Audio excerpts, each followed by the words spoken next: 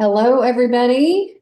I am super excited to welcome you today to our webinar. We're going to give people just a minute to get connected in here, and then we'll get started because we have a lot to cover today.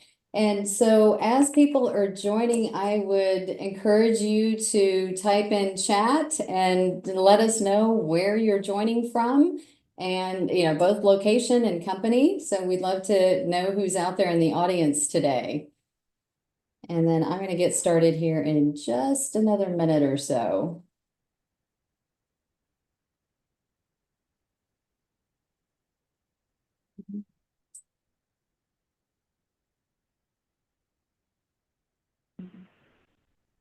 Okay, well, today we are talking about how to know your managers are in crisis and what to do about it. There is a lot happening in this landscape, and I'm excited to share some specific data with you, as well as have our speakers today, Amy Happ and Renda Mathew, jump into the conversation here so we can explore the issues as well as talk about some specific solutions as well.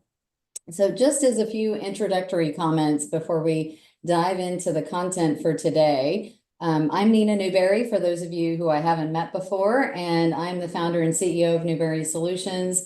I started this company back in 2008 after a 14-year career at Deloitte Consulting, and am very passionate about developing high-performing leaders, especially women.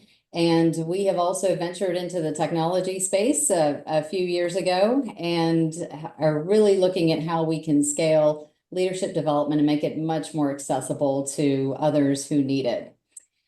Just a little bit about who we are. We focus a lot on thought leadership and really pride ourselves on the white papers and the things that we're publishing.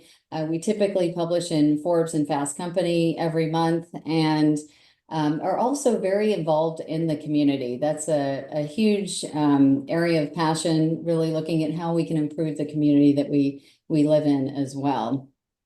And for those of you who don't know as much about our company, we really focus on leading with industry insights, but in particular, our focus is around key needs in leadership development, helping organizations develop a stronger pipeline of talent, and then also looking at how we can leverage technology to put high-tech learning options in place. So especially at the pace of change with technology, this is a really important element here. And we launched our New Lens platform a few years ago, and it's been recognized with multiple awards. And we are totally passionate about driving high performance, but in a way that's sustainable. So making it stick. So we're going to dive into some more specifics around that today, really thinking more about managers in particular. And I also wanted to let you know, we're doing these webinars on a regular basis. We've had a variety of different leaders who have participated with us before. There are others that aren't listed here, but you are always welcome to go out to our website as well. You can access some of the recordings from the prior ones. But if you'd like to join our list and be informed of future ones as well, we've got the link here. And Michelle will put that in the chat as well, so you have access to that. So hopefully you'll be able to join us for future ones too. So with that, I am going to jump into introducing our speakers today. So first is Renda Mathew, who's the Senior Vice President and the Dallas Market President for Truist Financial Corporation. And I have had the opportunity to get to know Renda over the past 5 years, and she is a tremendous person, both in terms of her engagement in the community, but also in her space in the banking arena with her 25 years of banking experience. And she leads a team of commercial bankers who provide strategic solutions and exceptional service to clients across a variety of industries and markets. So Renda, thank you so much for being here with us today. And she's going to be bringing more of that business perspective. So I'm sorry, Renda, I think I talked over you. Well, that's okay. Thanks for having me, Neena. And then Amy Happ, who I've had the opportunity to get to know over the past few years as well. And Amy is going to be bringing that leadership development perspective today. She's the Director of Leadership Development at Grant Thornton Advisors and has a role leading the firm's Leadership Academy programs, which are really critical to helping develop stronger business professionals capable of implementing strategy and solving clients' business needs.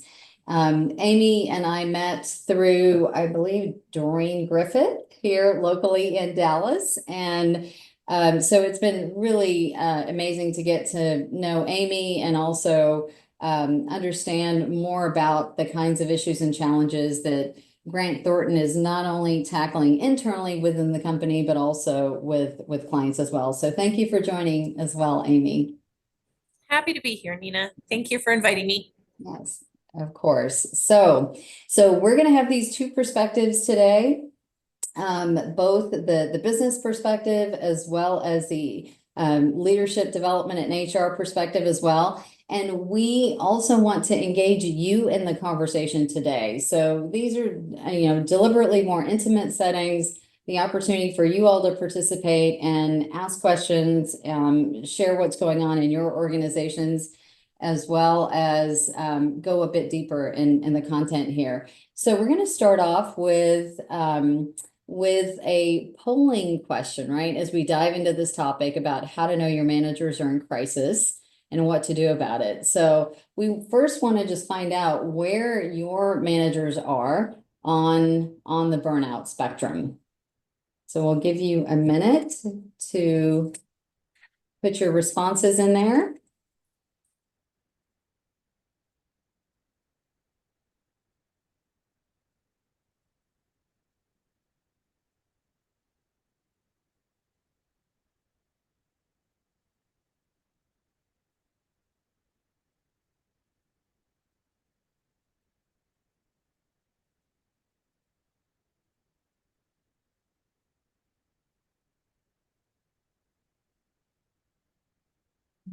I think we are almost there.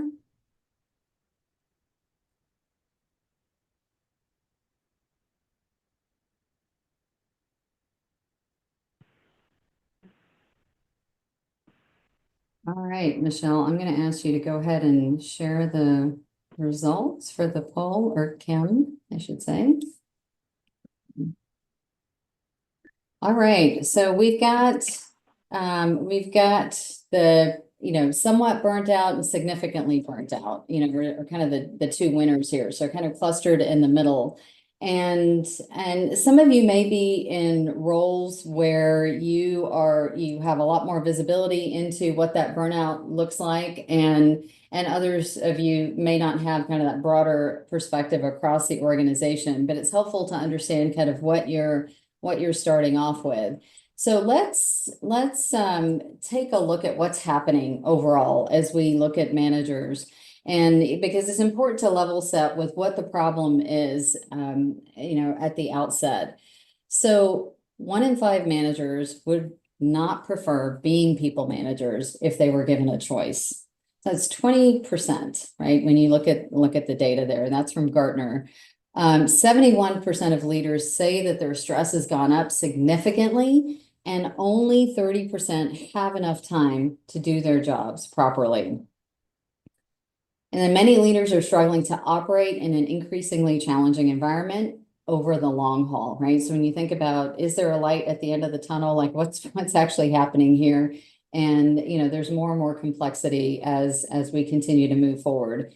And then 70% of managers are not trained on how to lead a hybrid team.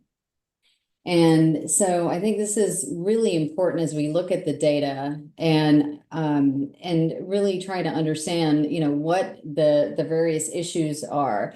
And so, just to start off in diving into the conversation a bit more here, I want to open this up and talk with you, Renda and Amy. And Amy, we'll start with you. But what are some of the specific indicators that you're really seeing?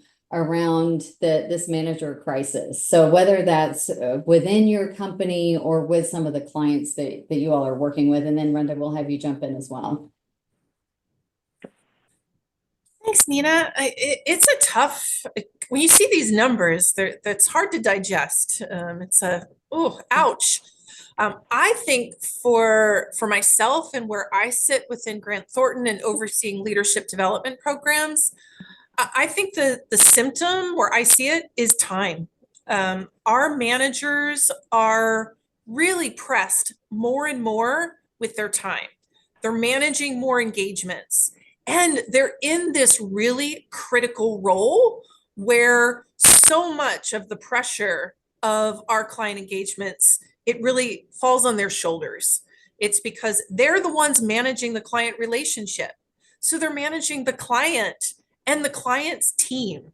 At the same time, they're also managing up with our senior managers, our directors, our partners, our principals.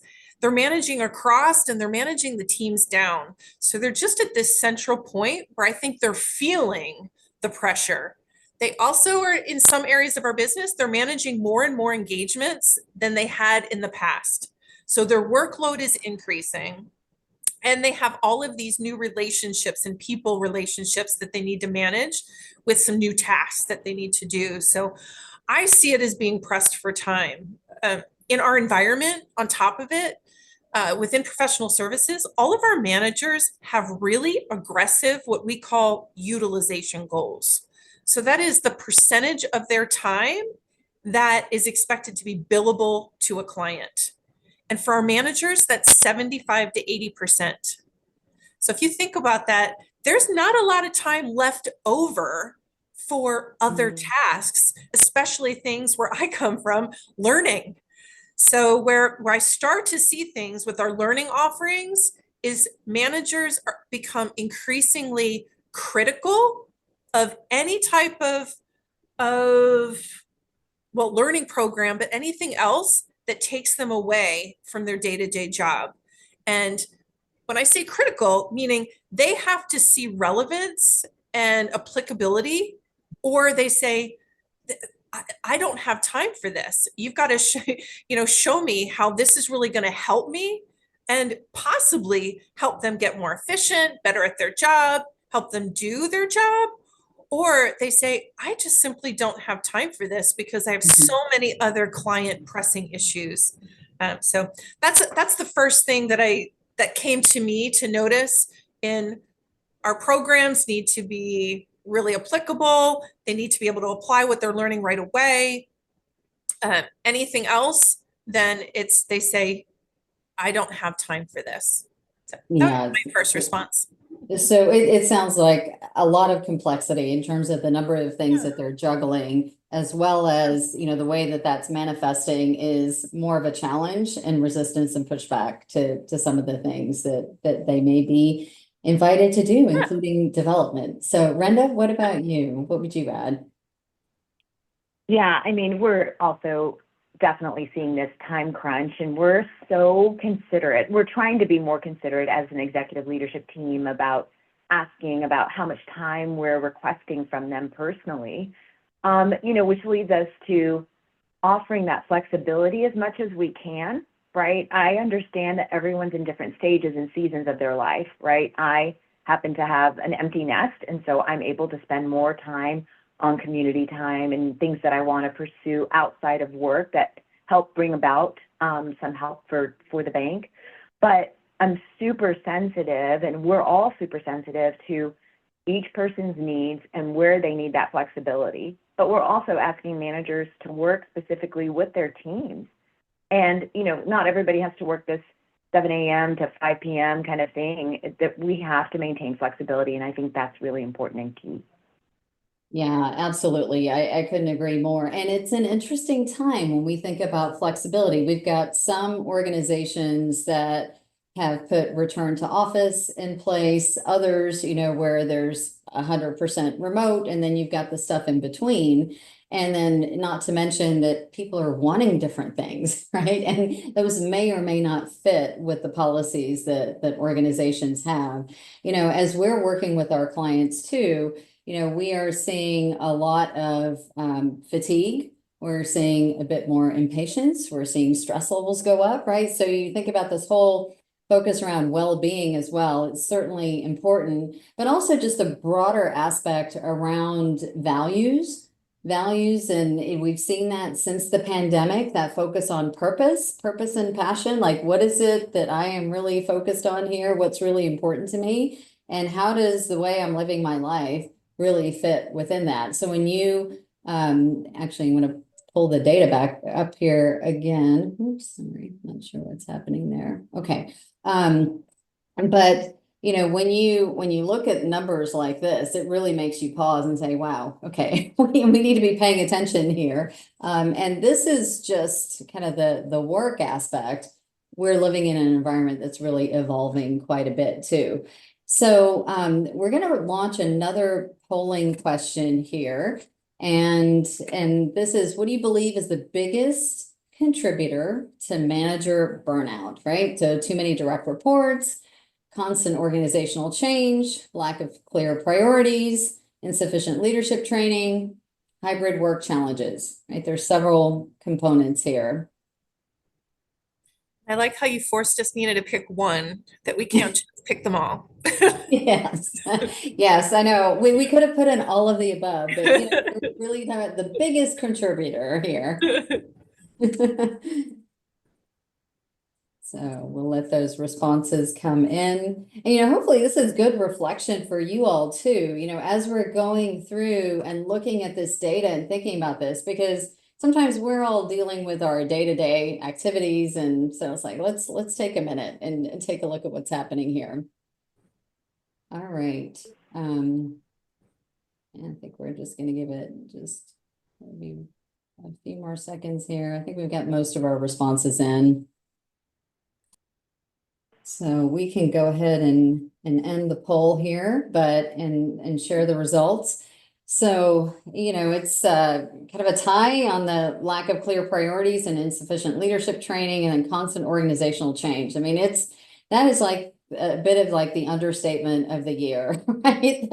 There's just change in general, right? So we have tariffs in the mix. We have all kinds of stuff that is affecting people personally as well as professionally, and organizations really doing what they can to try to adapt to all of that. So I want to share a little bit of data here again, right? So when we look at what's really expected of leaders today versus what does that reality look like too, so as we think about this in the context of everything that's happening.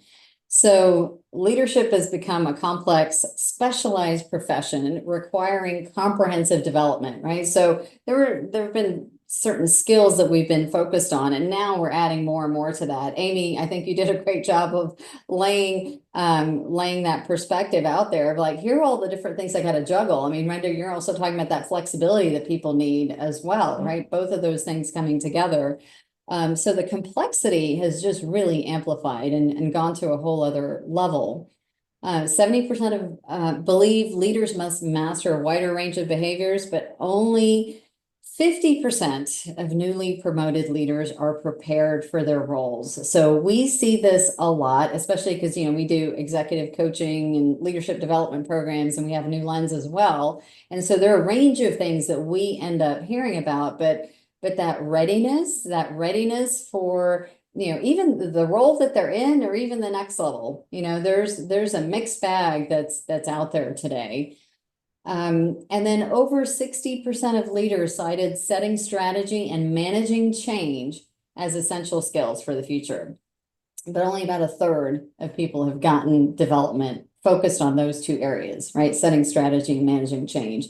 I personally am hearing a lot about managing change or leading through transformation. Those come up quite a bit. And then our last statistic here, only 10% strongly agree that their managers excel at coaching. So, I mean, this is an important one, right? Especially as we think about there's learning through programs, and then there's also development that just happens on a day-to-day basis, right? Through coaching opportunities. So, and then on top of this, we didn't add this to the slide here, but the research also shows that there are quite a few accidental managers, right, that have been promoted based on what the needs of the organization are versus like, hey, you're ready for this level, and let's put you in this role. So, that readiness is kind of a theme across here. So Renda, I'm going to start with you on this question, but what approaches, like whether they're innovative approaches or tried and true ones, have been effective for helping get them ready, right? Like that development and taking into consideration what we just talked about around time constraints. Yeah, quite often, I think what we do really well here is that we are reviewing our talent pipeline all the time, our internal pipeline. Who are those next few leaders that we want to encourage to go into management or lead a team? We have frequent conversations about that. Once we've identified those folks, we really do start beginning some leadership development by sending them to our Leadership Development Institute in Charlotte, or in Greensboro rather, and start them on the path of learning what it's like to think differently, to think strategically, how to manage a team, how to consider other, some of that soft stuff that comes with management and leading teams. We spend a lot of time there because so much of it is intuitive for some people, but for others, we really need to get to the core of who they are. We try to do it via quick lunches and learns for those that are interested. If they would like to do that, we'll do like a LinkedIn session. Your new lens microburst teachings are really helpful for us. I mean, we try to spend a lot of time getting the teams ready for that next level of management rather than pushing them into it because they've been a top performer. Yeah, and Renda, it sounds like, there's a very intentional focus, right? Not only in terms of identifying who that pool of people should be that gets development, what kind of development do they need, and then how do we make it easy for them? I think those are the three things that I'm hearing from you. Okay, great. And Amy, Absolutely. yeah, what would you add into the mix here? I love what Renda had said, because I reflect then on some of our offerings, and to your point that we have a lot of professionals moving into roles that they might not be fully ready for. So one thing that we do is when we look at our leadership development offerings, we call them leadership academies. We've created intentionally academies at key career milestones, because we know that milestone, it's really important to get you ready. They've got a lot of new responsibilities. So new manager is one of those. So that first year as a manager, we've put together this academy program. It's 1 year long for you to understand all of these new responsibilities and help you with that. Connect you with your peers, really starting to play up the importance of building out your peer network as you learn a new role, especially this manager role. It's really helpful to have peers that you can go to get feedback and coaching from. But then also trying to look at within that program, how can we find opportunities to, we hear about it, that learning in the flow of work. So one thing that we do is we've outlined some key experiences that you're going to want to have in that first year that's going to be really critical, so that you have the skills, the capabilities, what you need to be successful. We want to support this group. We just saw they're stressed. They don't have a lot of time. So we need to find every way we can to support them and help them and provide them with the resources when they need it. So they don't, in that moment, they don't have to go searching for it. They know right where it is. They know who they can call. They can know who they can rely on. So these different things that we're trying to embed into our programs in terms of, here's experiences that you should look to have that's going to help you. And last, we're looking at some new formats. One format that's been really helpful for us is group coaching. So if there's a topical area that we're looking for, we even have a work-life balance group coaching program for those that are really struggling. Utilization, I mentioned we all have our utilization goals. Every year, we look for individuals that are really far exceeding their utilization goal, which really means that they are probably at risk of burning out. And we put them in a group coaching program so that they can be with others that are struggling, but give them some topics of like how I'm trying to think of some of the things: prioritization, delegation. Some of it's even we call them micro chillers, but just that recovery. So when you are in those moments of high stress, how do you recover? Because we're often not doing our best work when we're at that high stress level. So what are those things that we can do to help us bring that stress level down? And we call that recovery stage. So you really can get ready to do some really impactful work and really be at your best. And that's just another delivery mechanism that we found that's really helpful, because it gives them some really good advice, but it also builds a whole peer network that they can go to, and they can say, oh my gosh, I have this person's going through. Often we feel a little isolated when we're very stressed, and it's like, oh wait, this person's going through the same thing. They're having the same struggles, and I now have somebody that I can reach out to that can help me. So those are just a Yeah. few of the things that we're trying to do. Well, I have to say I love the whole micro chillers thing. I think I'm Yes. gonna have to share that concept with others, because I think that's fantastic.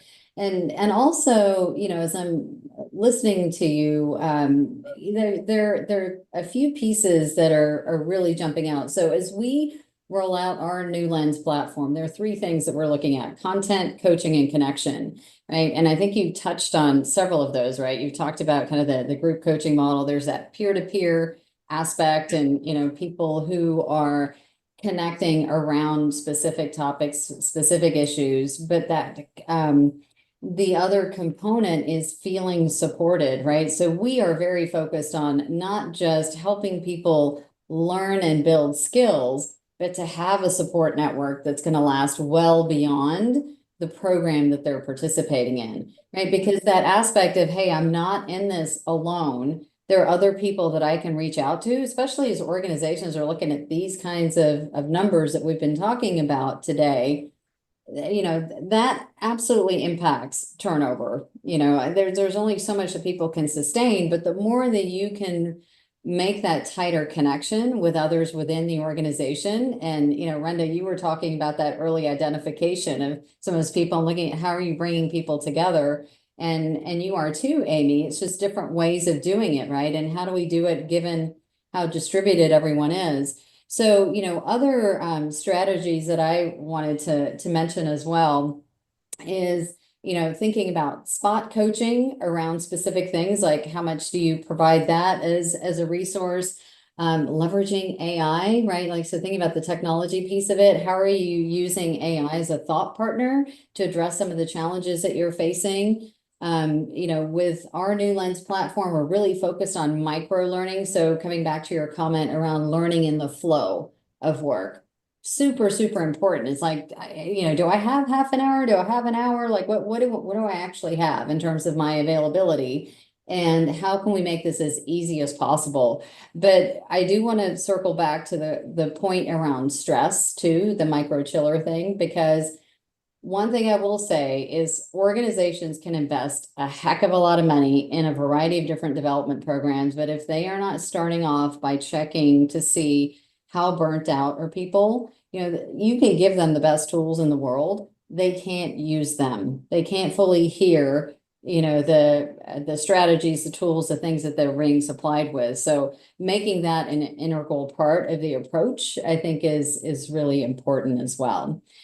So I am going to keep us moving here to the next piece that we're going to talk about. And I also do want to encourage the rest of you as well. Like, if there are any specific questions, any comments, any things that your company is actually doing to address some of these issues, right? Close some of these gaps and do this in a time effective way. We'd love to hear from you as well, because, you know, the whole idea here today is to share different ideas and talk about the reality of what's going on here. Not to be the voice of gloom and doom. So that is not the intent of today. Okay. All right. So we're going to keep moving here, and let me just get this back up again. All right.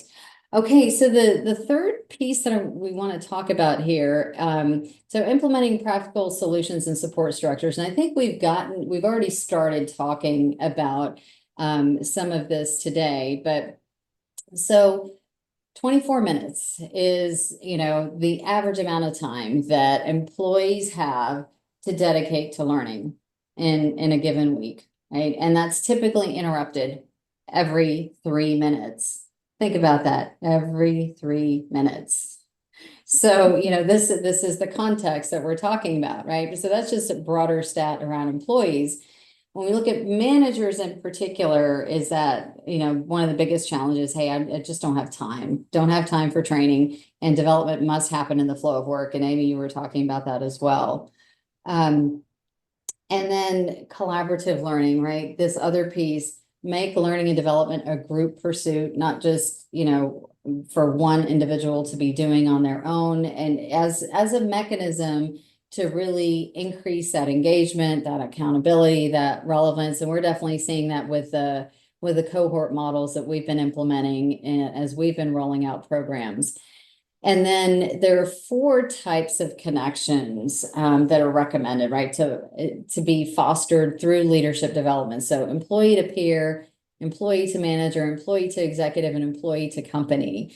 And so really thinking about what does that landscape really look like today. And so, we've already started talking a bit about relationship development and, as an important thing for people to feel supported. And so, Renda, I'm going to start off with you here on this one, but what are some of the strategies that you all have been using to strengthen some of those, kind of the peer and the manager and the executive relationships? Because there may be different strategies depending on which level. Sure. So what we've been implementing is when we have a promoted or new banker, let's say on the team, we pair them up with another banker, just like Amy was mentioning, that cohort type of environment. But we set up peer-to-peer banker relationships. And we set up some of those within our region, within North Texas, and occasionally we'll put them with another region because things are different everywhere around the country, right? And it's good to have some perspective when it comes to that. When it comes to managers and executives, we have a much more formal and structured approach. They do quarterly check-ins. It's very practical learning sessions, and it's a place where you can vent up rather than directly across, because oftentimes, that's the type of conversation we need to have. I really love that we've developed this very specifically for the team, both the banker team and for our leadership team. I think it's powerful. All right, thank you. Yes, it sounds like, I love the fact that there's a geographical component to this too, because, the markets don't look the same. There are different challenges that can come up, and the opportunity for learning from each other is really fantastic, right? Different settings, different stages of maturity for different offerings even. So thank you for that, Renda. Amy? Well, Neena, I love that you listed it out in this way because it really made me think back to a lot of the leadership development programs that we offer and think through, well, what are we doing at each of those levels? And I think it does appeal to a lot of what the structure of several of our academies, how they work. At a peer level, almost all of our leadership development programs, we utilize a cohort structure. So participants are put into cohorts. It allows you, like we talk about that power of peer networks and peer feedback and peer coaching. So that's one structure that we use. And it's helpful to activate all of those things I just mentioned, but it's also a really great format for us when we want to start thinking about on-the-job activities. So by putting these cohorts together, when we're in a learning session, it gives us a structure. If we need to break out and let's have a conversation on that. Well, we can break it out and you can be with your cohort. Another goal of ours is to connect people across the business so that you're not siloed. At Grant Thornton, we have 3 very distinct businesses of tax, advisory, audit, and assurance. Well, when we put a cohort structure together, we're really deliberate in trying to put together a cross-business cohort. So you're not then, you spend your time with your clients often within your business, but this is an opportunity for you to learn from others and build some connections in other businesses. So that's really helpful. It also gives us an opportunity to give people activities that they can do back on the job together. I love one that we do is we do a myth busting. And because it's cross business, we have people identify what's the top myth of your business, and share people with your cohort why that's not true. But it gives you that great peer structure. When we move to your next level of managers, that's something that that we've really worked on over the past few years. Is we have these great leadership development programs, but often if the managers of the participants don't know what's happening or what the conversations are, they can't help reinforce. So we started to institute quarterly newsletters to let them know. So one of your direct reports, we actually call that manager level a career coach. So I had to stop myself there. We call it a coachee. So one of your coachees, one of your direct reports is in this program. This is what's happening. And then we get really specific with a conversation guide. Here's some questions that you should ask this person, or this is an activity that they're working on. Why don't you ask them to share some of the outcomes or some of the things that they've learned as part of that? That's really helped us engage our managers in these programs. And they really then feel like they can have much more productive conversations with their coachees' direct reports. And then you got the executive level. What we've started to do, and in some programs, we've always done it, in others, we've instituted it in the last few years, is we believe in the leaders teaching leaders. So we have faculty for all of our programs.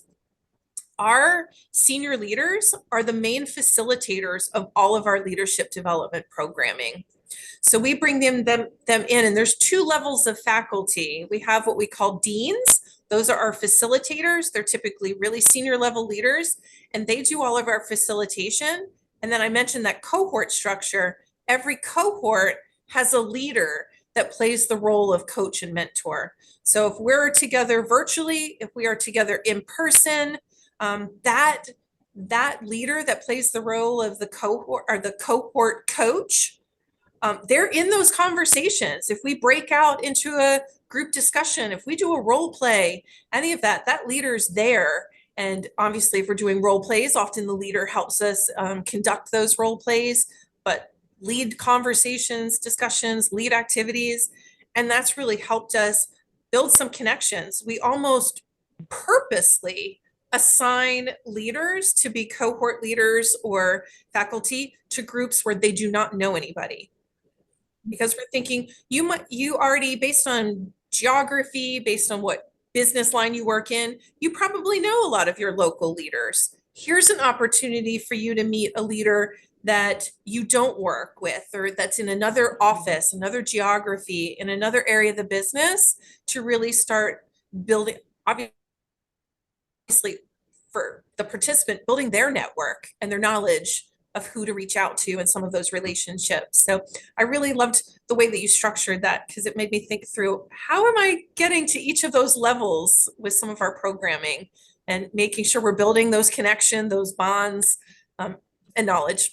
Yeah, it sounds like there's a lot of intentionality in terms of the approach that you all are taking, and also some variation based on what levels you're talking about too. And I'm curious, Renda, as well, just as you think about the structure that you all have, I'm curious how much of that is more focused on kind of one-on-one versus like, small groups, and, because I think both of you have talked about kind of cohorts and different models, but just curious kind of what those sizes look like, especially as you're trying to touch multiple people. and accelerate the results?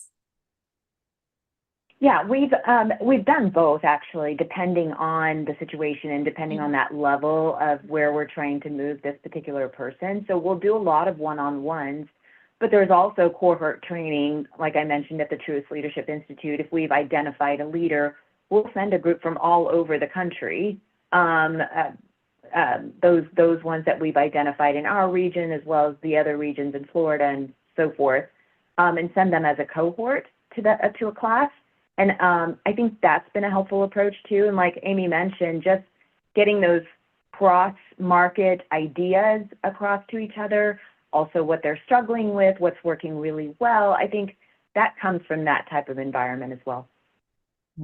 Great, thank you. And Amy, anything else that you would add in terms of group sizes and, you know, what you've seen work? I think our cohort size varies often with the program and our total audience size, because we do have some cohorts that are around 10. That's a little large. I think our ideal is 4 to 5. Sometimes we go 4 to 6, especially if there's a cohort leader. So when we bring in that senior level leader to be that coach mentor, 10 is a little bit too large. And I think 4 is the sweet spot, but sometimes we just, our sizes, we tend to be that 4 to 6. So that's where I would say. And we found that as well. So as we've rolled out cohort models, 4 to 6 is kind of the sweet spot, especially if your intent is to have people meet regularly and maybe it's just an hour a month. You want to give people some airtime and the opportunity to talk versus like they joined a meeting and didn't really get to engage in the way. And I think that element around structure as well, like giving them some guidance and giving them some tools to structure the conversation. I mean, we have downloadable discussion guides in New Lens as well. And that, you know, you can use that with an individual, you can use it with your cohort, you can use it with a mentor. You know, the point is get talking about some of these things, share some of your ideas, get ideas from others as well, so that there really is that cross-pollination. And one of the things I like that both of you talked about was kind of the reaching across the business geographically or across service lines. There, you cannot underestimate the importance of the contextual learning that people get from that. How much they start understanding about the business and what's most critical and how they start approaching their jobs. I mean, because it is different. You know, one of the implementations we did focused specifically around that to help broaden people's perspectives, and you start developing this network of resources that you can reach out to. And there might be a slight shift in your career path too, as you get more knowledgeable about some of these other areas. So I mean, there are lots of different benefits that are there. So I know that we are getting, you know, to closer to the end of our time. I do want to encourage you all to ask any questions as well. So, you know, feel free to put any questions in chat too, because as I mentioned, you know, part of this is taking advantage of the fact that we have Renda and Amy here with us today as resources, and you know, we also get to see a lot in terms of the different companies that we work with. So, you know, please do submit your questions too. We'd love to take some of those on as well. And so as we're waiting for any questions to come in, I think one of the other things that I would like to ask is, you know, if you had to give a piece of practical advice, right, for HR or for business leaders who are really looking to strengthen their managers' effectiveness or their well-being, right? Those are both, you know, really critical aspects here. We've been kind of jumping across both of these areas here. What would you advise? And either one of you, whoever wants to go first.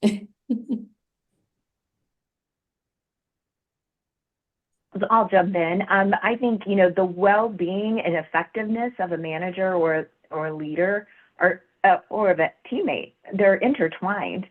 the effectiveness is really reliant on how their well-being is going. We try to be very thoughtful around that and consider the workload, consider the time asked that we're asking of folks. I think the biggest piece of this is really being intentional about your one-on-ones. You know, I have weekly one-on-ones with each of my my teammates that are on my team, and I spend time asking them about their life first, and then we, you know, get into the numbers and talk about what's happening in their work. But that well-being piece of it, once you uncover if someone's struggling or if someone's you know, dealing with something, I think it's really eye-opening, first of all, for us as managers to consider that when we're asking them to take on more, whatever it is. But I think it's really important that we know what's happening in order to effectively help them be more effective. Yeah, and Renda, one thing I will say about just knowing you and having been around you and your team, I think you are also someone who's very intentional about connecting people to other people that can be helpful and just setting aside time for that coaching. I mean, you were mentioning that as well, right? But that one-on-one time is really critical. And so how are you actually showing up as a leader, and just some of the basics, you know, around just checking in with people. Amy, what else would you add into the mix? I think the first thing that comes to mind, and this is sort of from my perspective of being in the learning space and putting together programs, is I think my advice would be to make sure that you've thought through how you're evaluating your programs to make sure that you've got the right content. We talked about, but you've got the right content, you've got the right delivery mechanism. And what we've developed, so we set out, we have all of our evaluations. We identify what are our measures of success. You can often have a lot of data. So what are the things that you're really trying to move?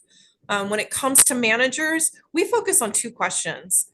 This was a valuable use of my time, because we know time is of the essence. And I learned new skills, because that's what we're trying to do. We're trying to teach skills and upskill them and do it in an effective manner. So we have lots of other questions that we ask, but those are the two that we really hone in on. And then what we've done over the years is we do focus groups, because it's one thing you see it on an evaluation. It also depends on what your response rate is. Our response rate is, I think the best is about 50 to 60. So you're often not hearing all the voices. So we really intentionally put together focus groups to say the evaluation is great and we've got the measures that we're looking to move, but we do focus groups probably about twice a year where we get groups together so we can really hear just their story. It's not an answer to a question. What worked? What didn't work? What did you like? What do you want us to do more of? What did we miss? And we really take that seriously. It takes a little while to build up that credibility. I think my team and I have gotten to a point where we build up that credibility, where we say, please be honest, be open, and share that with us, because we will take that feedback and act on it. And I think after you say that and you're able to show that you have acted on it, it does open up more people to be transparent and not feel like they can't share things with us. But I think that feedback mechanism is really important, in addition to your evaluation and how you're going to measure your success. Yeah, I would agree with you. I think there's so many organizations that have so many things in place, and sometimes it's just kind of keeping that engine going and continuing to deliver those things versus pausing and saying, hey, where are we at now? You know, what does the world look like today? What are the needs of our employees? And that doesn't mean that you have to go overhaul things. But it does mean that you should be probably gathering a bit more information more regularly, just because of the pace of change that we're actually seeing. And, you know, one of the questions that I noticed that came up in the chat as well is, do you have any specific programs or tools for well-being? You know, Preeti had put that in here. And and even asking about, like mindfulness stuff, yoga classes, things like that. I mean, I'm just curious kind of what the range of things are that your organizations may be doing or that you're aware that others are doing.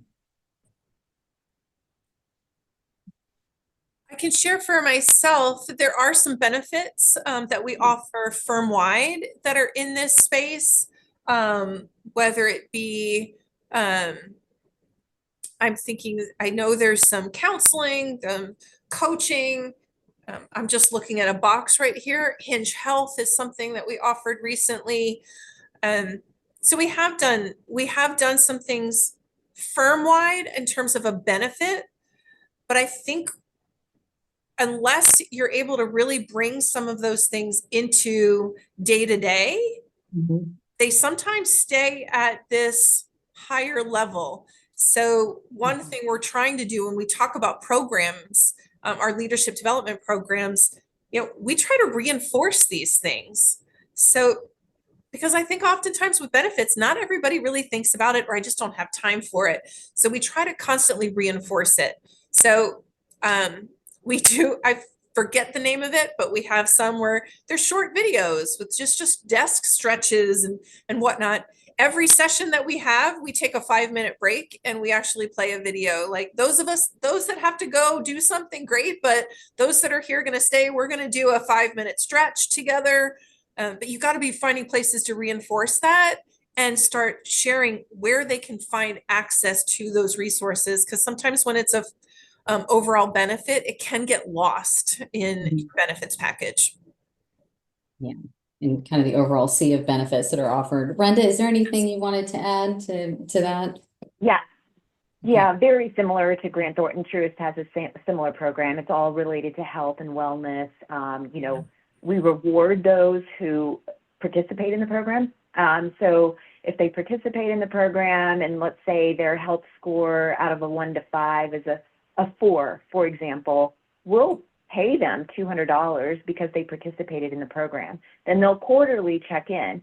If their measures according, like their blood work or cholesterol levels or whatever, if they continue to drop or there's been some exercise uptick, and this is all self-reported, then they move up to the next level. So it's kind of a reward win system, but similar to Amy and Grant Thornton, we have a similar kind of programming that's sometimes forgotten. As a manager of a team, that's my job to really remind them, hey, are you looking after yourself? Are you participating in this program? Are you using the benefits that we offer? Yeah, no, I appreciate that because I think there are two levels that we're talking about things from. One is, programmatic and broader. And then the other part is kind of day to day. Like what are we doing? What are those opportunities that are right in front of us? Whether that's how we check in with our teams, as we're starting a meeting, these videos that you're talking about, Amy, just like these little things, little nuggets that we can include, and even things like celebrating. Right, celebrating and recognizing, oh my gosh, like what have we actually accomplished? So those are kind of day-to-day things, and taking time to do that coaching and understanding, what else is going on. Amy, were you going to say something as well? Okay. And the other thing that I wanted to mention, in our New Lens platform, one of the modules that we have in there is called Focus on the Right Work. And really, that whole thing is around helping people focus on where they can have the biggest impact on the business, given their role and given their strengths. But combined in that content is a whole focus on how can you work in a way that's sustainable. We intentionally don't use the terminology work-life balance because there is no balance. It's just what are your priorities, at the current time. But it really gets into those kinds of things where you look at, what, like 4 different types of energy, right? Your physical energy, your mental energy, spiritual energy, emotional energy, what does that look like? So we get so focused on managing time, but energy is a really important piece. So even having discussions, coming all the way back to the beginning of where we were, I think, Renda, you were talking about flexibility, right? What are those needs? What are those needs for an individual person? What are those needs for a particular team? And then how do we work together to kind of make that happen? and collaborate together. So sometimes just bringing this into the conversation and saying, where are we as a team, stress-wise? What's happening here? What are some tools? What are a couple of things? Like maybe we don't have time to do any kind of overhaul, but just to be able to share, some ideas with each other and implement a couple of things that can be done consistently. So I think there's a lot of opportunity here on the well-being front. There's so many apps and technologies and platforms that are out there. Some of this is just looking at where do you want to start, right? Where do you want to start, and how can you start reinforcing this?